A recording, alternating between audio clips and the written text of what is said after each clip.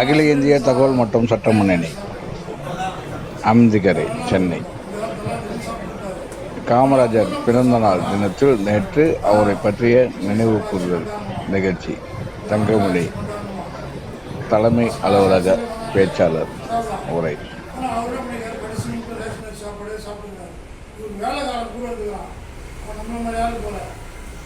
சொத்தை வச்சு வச்சுட்டு இவன் தனியார் சோறு ஆகி கொண்டுவான் வேற அரிசியில் நாத்தடிக்கிறதுல அரிசி அவனை பண்ணிக்கலாம். நம்ம மாதிரி ஆகலாம் சோறு பண்ணிக்கலாம். வேற கொஞ்சம் சோறு வச்சு இந்த பணம் ஊற்றி சாப்பிடுவோம்.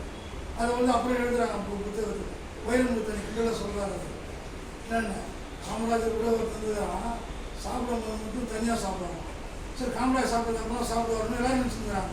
இல்லை, ஒரு நாள் திடீர் லேட்டாக வந்து பார்த்தா இந்த சாப்பாடு வேறு மாதிரி இருக்குதுன்னு கேட்டுக்கிறாரு. ஐயா, நீங்கள் போங்க, அந்த சாப்பாடு நான் சாப்பிட முடியல, என் வயிறு ஒத்துக்க மாட்டேங்குது, அப்போ சத்தம் போடா, நாளிலேருந்து நீ ரேஷன் எடுத்து நான் என்ன சாப்பிட்றோமோ அதான் சாப்பிடணும் மாட்டிக்கலாம்.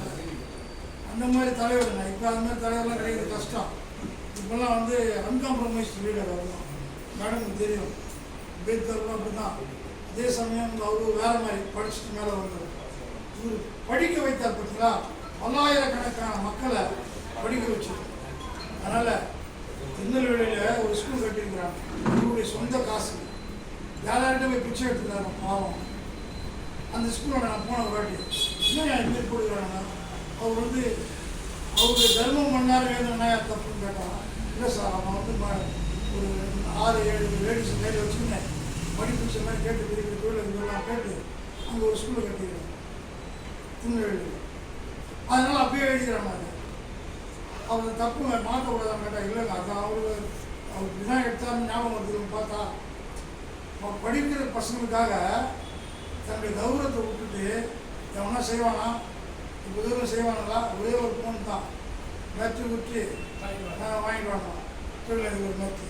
ஏன்னா இவர் பாவனை பண்ணி எல்லாருமே கேட்டு வாங்கி ரெடி பண்ணிடுவார். மகளிருக்கு நிறைய பண்ணியிருக்காரு. அதெல்லாம் சொன்னால் நேரம் பார்த்தாரு. அதனால் இனி வரும் காலங்களில் அடுத்த வருஷம் அண்ணன் நிகழ்ச்சி பெருசாக பண்ணணும். நல்ல பேச்சாளர்கள் அவரை பற்றி முழுமையாக தெரிஞ்சுக்கணுங்கிறாங்க. பிறந்த தேதியிலிருந்து இறக்கும் தருவாய் வரை அவருடைய வரலாற்றை உயிர்ச்சி அப்படியே திருப்பி போடுவாங்க. அதுமாதிரிலாம் கண்ணப்பன் அவர் இருந்தார். அவர் கூப்பிட்டு வந்தால் கேட்கணும், கேட்கறதுக்கு ஆள் வேணும். கண்ணப்பன் மிகப்பெரிய பிஹெச்டி படிச்சவர், ஒரு வரலாறு முடிச்சு புத்தகம் எழுதினார். கூப்பிட்டா வருவார். இன்னும் காசு பண்ணலாம் கேட்க மாட்டார். காமராசர் பற்றி பேசணும்னா அவர் தான் கூப்பிட்டாந்துருவாங்க. அதேமாதிரி கக்கன் ஒரு கூட இருந்தவர், எங்கள் சமுதாயத்தை சேர்ந்தவர்னு சொல்லி சிறப்பான ஒரு சந்தோஷம். அவர் கூடவே இருந்து அவரும் தூய்மையாக இருந்து வாழ்ந்து படிந்த ஒரு மாபெரும் தலைவர் கக்கன். இவருக்கும் ரொம்ப ஃப்ரெண்டாக இருக்கிறார் ஜீவாண்டர் ஒரு தலைவர். ஜீவாண்டர் ஒரு சோசியலிஸ்ட் தலைவர், ஒரு கம்யூனிஸ்ட் மிகப்பெரிய தலைவராக இருக்கிறார்.